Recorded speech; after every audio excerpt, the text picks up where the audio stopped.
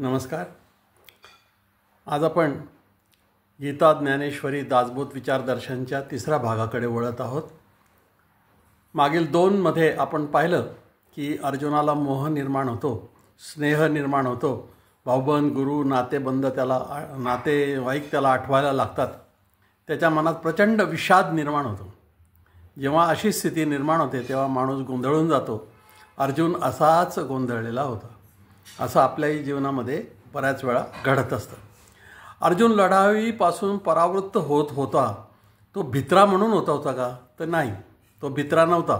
तो पराक्रमी होता, शूर होता. परंतु त्याच्या बुद्धीवरती, त्याच्या विचारांवरती हे सर्व एक पटल चावेला चढलेलं होतं.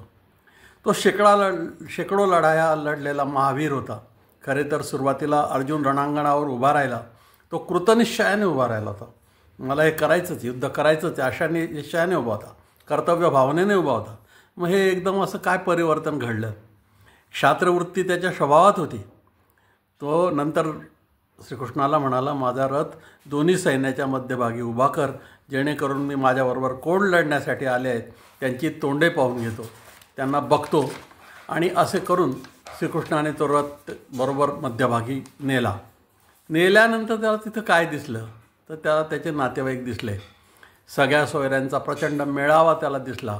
आजे, बाप, भाऊ, मुले, नातू, गुरु सगळे त्याला दिसायला लागले. आणि एकंदर 4 पिढ्या मरणाच्या अंतिम निर्णयाला आलेले आहेत असं दृश्य त्याने बघितलं.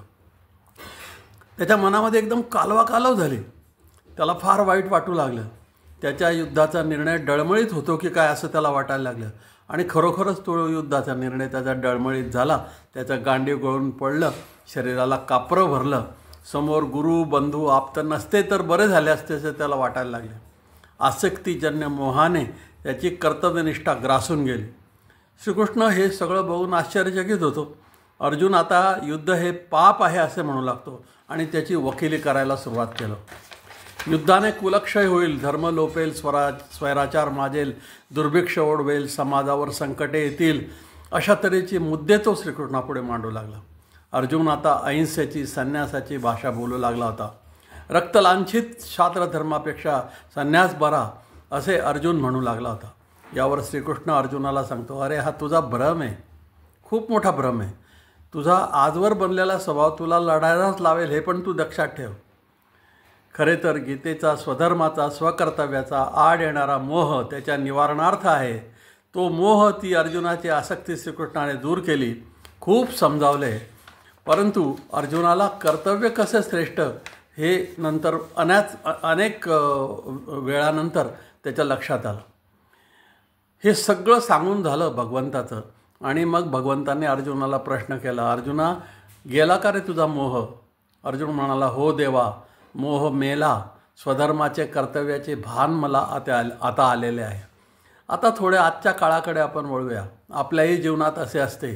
अनेक वेळा आपलाही असा भ्रमनिरास होतो, विषादाचे भरपूर प्रसंग येतात आणि मग कुठेतरी मोह निर्माण होतो आणि त्याच्यातून आपलेसुद्धा अनेक वेळा चुकत असते. पश्चाताप आपल्यालाही होतो आणि मग अशा वेळेला आपण कर्तव्यच्युत व्हायला सुरुवात होते.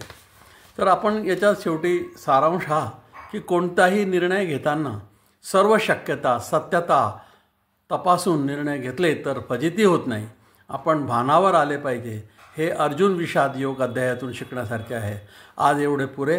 पुढील भागात आपण नंतर पुढचा भाग पाहूया.